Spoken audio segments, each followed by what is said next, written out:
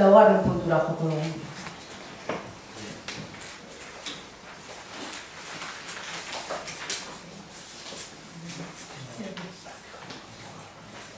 Laugarren puntua, behin betiko onartzea bidezkoa bada, Gareño sektoreko C3 eta C3 lur zatien xehetasun azterlanaz.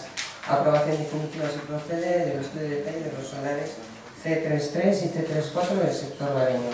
Gai hau egintza etxebizitzen ingurumen herrilana eta zerbitzu informazio batzordean ikusi zen eta ekartzen da onartzeko. Este tema se trata en la Comisión Informativa del Urbanismo, Vivienda, Medio Ambiente, Obra Pública y Servicios y se trae al Pleno para su aprobación.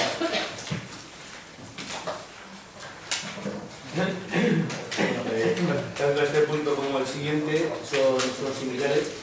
Pues, como ya comenté en la comisión, se trata de la aprobación del estudio de detalle definitivos de dos parcelas de la zona de Gareño. Bueno, estos estudios de detalle fueron aprobados por la Junta de Gobierno en septiembre, el día 27, creo recordar.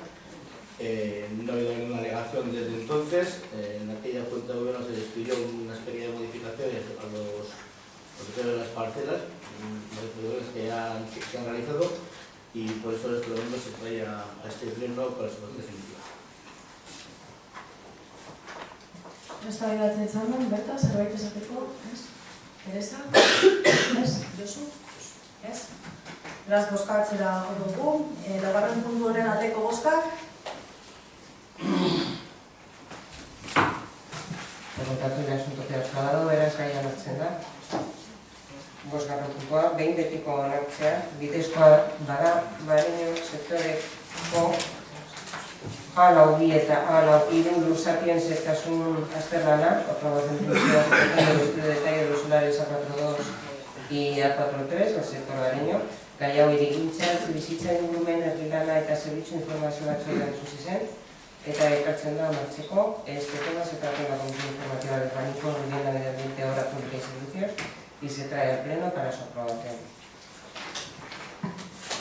Euskadi Berta, zerbait esateko daukazu, ez? Teresa? Josu? Ez? Bale, bozkatu ingo dugu. Bosgarren puntu honen aldeko bozkak.